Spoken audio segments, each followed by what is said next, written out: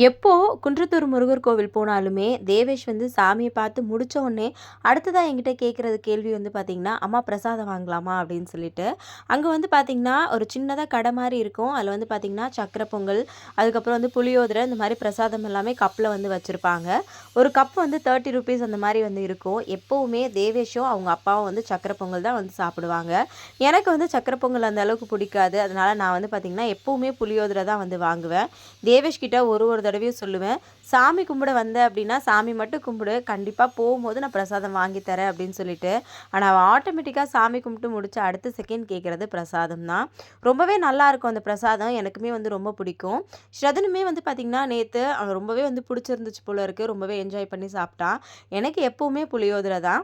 உங்களுக்கு சக்கரை பொங்கல் பிடிக்குமா? இல்ல புளியோதரை பிடிக்குமா? நீங்க கோவிலுக்கு போனா என்ன பிரசாதம் வாங்கி சாப்பிடுவீங்க? அப்படின்றத மறக்காம கமெண்ட்ல சொல்லிருங்க. Thank you.